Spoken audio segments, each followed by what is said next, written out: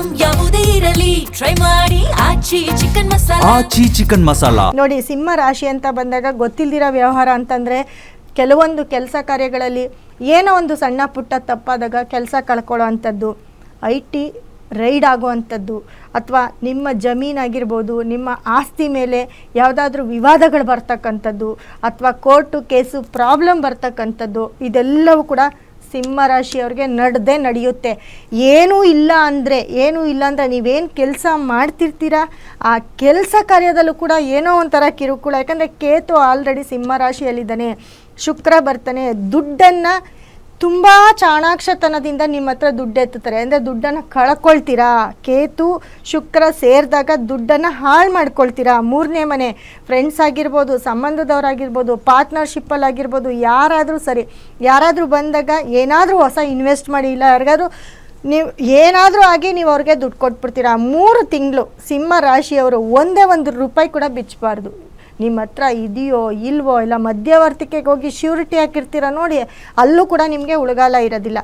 ಹಾಗಾಗಿ ಸಿಂಹರಾಶಿಯವರು ಕೆಲಸದ ವಿಚಾರ, ದುಡ್ಡಿನ ವಿಚಾರ, ಪಾರ್ಟ್ನರ್ಶಿಪ್ ವಿಚಾರ, ಮೇಯ್ನ್ ವೈಯಕ್ತಿಕ ಪ್ರಾಬ್ಲಮ್ ಅಂತ ಹೇಳಿದೆ, ಪರ್ಸ್ನಲ್ ಪ್ರಾಬ್ಲಮ್ ತುಂಬ ಜಾಸ್ತಿ ಆಗುತ್ತೆ. ಹಾಗಾಗಿ ಹೆಣ್ಣುಮಕ್ಕಳು ಬಹಳ ಕೇರ್ಫುಲ್ಲಾಗಿರಬೇಕಾಗುತ್ತೆ. ಸಿಂಹರಾಶಿಯವರು ಇಲ್ಲದೇ ಇರೋ ಅಪವಾದವನ್ನು ಒರೆಸ್ಕೊಳ್ಬೇಕಾಗುತ್ತೆ. ಮಾಡಿದರೂ ಕೂಡ ಅದೆಲ್ಲೋ ಬಯಲಾಗಿ ಮನೇಲಿ ನಡೆಯೋ ವಿಚಾರ, 4 ಗೋಡೆ ಮಧ್ಯೆ ನಡೆಯುವಂಥ ವಿಚಾರ ಆಚೆ ಕಡೆ ಬಹಿರಂಗವಾಗಿ ಎಲ್ಲರ ಮುಂದೆ ಅದು ತುಂಬ ಕಾಂಟ್ರವರ್ಸಿಯಾಗಿ ಮನೆ ಜಗಳ ಊರವ್ರ ಮುಂದೆ ಇತ್ಯರ್ಥ ಆಗುವಂಥ ಕಾಲ ಬಂದಿರುತ್ತೆ. ಹಾಗಾಗಿ ಸಿಂಹ ರಾಶಿಯವರು ತುಂಬ ಕೇರ್ಫುಲ್ಲಾಗಿರಬೇಕಾಗತ್ತೆ. ಶುಕ್ರ ಬರೋದು ಹೆಚ್ಚಲ್ಲ, ಅಲ್ಲಿ ಕೇತು ಕೂಡ ಇದ್ದಾನೆ, ಅದನ್ನು ಗಮನದಲ್ಲಿಟ್ಕೊಳ್ಳಿ. ಮತ್ತು ನಿಮ್ಮ ರಾಶಿಯಾಧಿಪತಿ ಸೂರ್ಯ 12ನೇ ಮನೆಗೆ ಬಂದು ಪಡೆದೇ ಇರೋವಂಥ ಪಡಬಾರ್ದಂಥ ಕಷ್ಟಗಳನ್ನ ಕೊಡ್ತಾ ಹೋಗ್ತಾನೆ. ಸಿಂಹ ರಾಶಿಯವ್ರಿಗೆ ಮೊದಲೇ ಟೈಮ್ ಚೆನ್ನಾಗಿಲ್ಲ, ಫಸ್ಟ್ ಆಫ್ ಆಲ್. ಯಾಕಂದರೆ 8ನೇ ಮನೇಲಿ ಶನಿ, ರಾಶಿಯಲ್ಲಿ ಕೇತು. ಹೀಗೆ ಇಲ್ಲದೇ ಇರೋ ತಲೆನೋವನ್ನ ಹೇಗಪ್ಪ ಬಗೆಹರಿಸ್ಕೊಳ್ಳೋದು ಅಂತ ನೋಡ್ತಾ ಇದ್ದೀರಾ. ಆದರೆ ಇನ್ನು ಮುಂದೆ ಇನ್ನೂ ಜಾಸ್ತಿ ಆಗುತ್ತೆ. ಇನ್ನೂ 3 ತಿಂಗಳು ನಿಮಗೆ ಸಮಸ್ಯೆ ತಪ್ಪಿದ್ದಲ್ಲ. ಇದು 3 ತಿಂಗಳು ಏನಾಗುತ್ತೆ ಅಂದರೆ ಅತಿ ಹೆಚ್ಚು ಸಮಸ್ಯೆ ಆಗ್ತಾ ಹೋಗುತ್ತೆ, ಬಹಳಷ್ಟು ಸಮಸ್ಯೆ ಆಗ್ತಾ ಹೋಗುತ್ತೆ. ಆ ಸಮಸ್ಯೆನ ಪರಿಹಾರ ಮಾಡ್ಕೊಳ್ಳೋಕ್ಕೆ ಫಸ್ಟ್ ಇರೋ ತಲೆನೋವನ್ನೇ ತೊಳ್ಕೊಳಕ್ಕಾಗಿಲ್ಲ, ಅದ್ರ ಮೇಲೆ ಸಮಸ್ಯೆಗಳು ಬರ್ತಾ ಹೋಗುತ್ತೆ. ಸಿಂಹರಾಶಿಯವರು ದಯವಿಟ್ಟು ಸಿಂಹರಾಶಿಯವರು ಯಾರ ಮಾತು ಕೇಳಿಕೊಂಡು ಎಲ್ಲೂ ದುಡ್ಡು ಕೊಡೋದು, ಇನ್ವೆಸ್ಟ್ಮೆಂಟ್ ಮಾಡೋದು ಇದನ್ನು ಮಾಡಬೇಡಿ. ನಿಮ್ಮಷ್ಟಕ್ಕೆ ನೀವೇ ಜಗಳ ಮಾಡ್ತೀರಾ.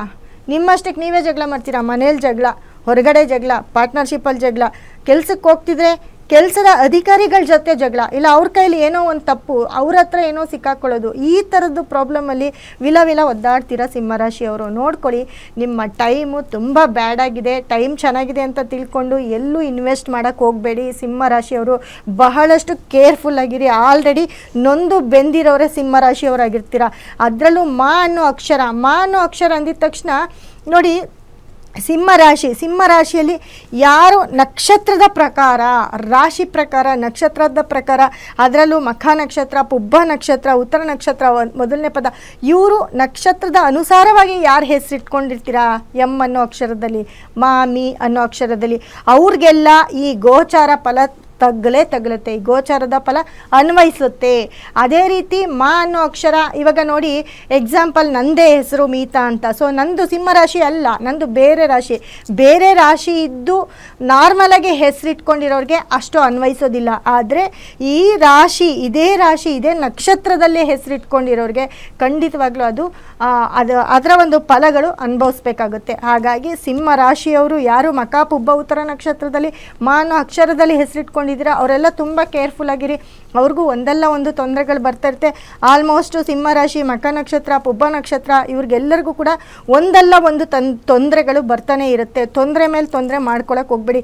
3 ತಿಂಗಳು ತುಂಬ ಕೇರ್ಫುಲ್ ಆಗಿರಿ ಸಿಂಹರಾಶಿಯವರು. ಇದಕ್ಕೆ ಪರಿಹಾರ ಮಾಡ್ಕೊಳ್ಳಿ. ಯಾಕಂದರೆ ಮುಂಚಿತವಾಗಿ ಹೇಳ್ತಾ ಇದ್ದೀನಿ. ಯಾಕಂದರೆ ಇದನ್ನು ನಾನು ತುಲಾರಾಶಿಯವ್ರಿಗೂ ಕೂಡ ಹೇಳಿದ್ದೆ. ಗುರು ಬದಲಾವಣೆ ಆಗಿದ್ದಾಗ ತುಲಾರಾಶಿಯವರು ತುಂಬ ಸಿಕ್ಕಾಪಟ್ಟೆ ಚೆನ್ನಾಗಿರ್ತಾರೆ, ಗುರು ದೃಷ್ಟಿ ಬೀಳ್ತಿದೆ, ಹಾಗೆ ಹೀಗೆ ಅಂತ ಎಲ್ಲ ಇನ್ಸ್ಟಾಗ್ರಾಮು ಯೂಟ್ಯೂಬ್ಗಳಲ್ಲೂ ಕೂಡ ಹೇಳ್ತಾ ಇದ್ರು. ಆದರೆ ಸತ್ಯ ಅದಲ್ಲ, ಗುರು ಸಪೋರ್ಟ್ ಮಾಡಲ್ಲ ಅಂತ ಹೇಳಿದೆ, ಅದು ನಿಜಾನೇ ಆಯಿತು. ತುಂಬ ಜನ ತುಲಾರಾಶಿಯವರು ಕಣ್ಣೀರಲ್ಲಿ ಕೈ ತೊಳೆದಿದ್ದಾರೆ, ಇವಾಗೂ ತೊಳಿತಾ ಇದ್ದಾರೆ. ಆದರೆ ಸಿಂಹರಾಶಿಯವರು ಆಲ್ರೆಡಿ ನೊಂದು ಬೆಂದಿದ್ದಾರೆ, ಇಲ್ಲದೇ ಇರೋ ಕೇಸ್ಗಳಲ್ಲಿ ಸಿಕ್ಕಾಕೊಂಡಿದ್ದಾರೆ.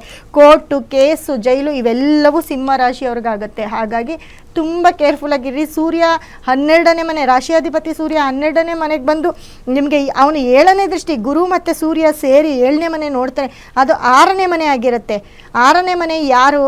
ಮಕರ ರಾಶಿ ಆಗಿರುತ್ತೆ. 6ನೇ ಮನೆ ಏನು ಸುಮ್ಮನೆನಾ? ಅದರಲ್ಲೂ 8ನೇ ಮನೆ ಶನಿ ರಾಶಿ, 6ನೇ ಮನೆ ಅಧಿಪತಿ 8ನೇ ಮನೆಯಲ್ಲಿದ್ದು ಬೇಡದೇ ಇರೋ ಸಂಕಷ್ಟಕ್ಕೆ ನಿಮ್ಮನ್ನ ತಳ್ತಾನೆ. ಹಾಗಾಗಿ ಏನೇ ಆದರೂ ಸಿಂಹರಾಶಿಯವರು ಪರಿಹಾರ ಮಾಡಿಕೊಳ್ಳೇಬೇಕು. ಇಲ್ಲ ಅಂತಂದರೆ ಈ ಸಿಂಹರಾಶಿಯವರು ಅಷ್ಟೇ ನೋಡಿ, ಬೇಕಂದರೆ ಮಲ್ಕೊಂಡ್ರೆ ಬೆಳಗ್ಗೆ ಆಗೋದು ಬೇಡಪ್ಪ ಅನ್ನೋಷ್ಟು ತುಂಬ ಹಿಂಸೆ ಪಟ್ಕೊಳ್ತೀರಾ.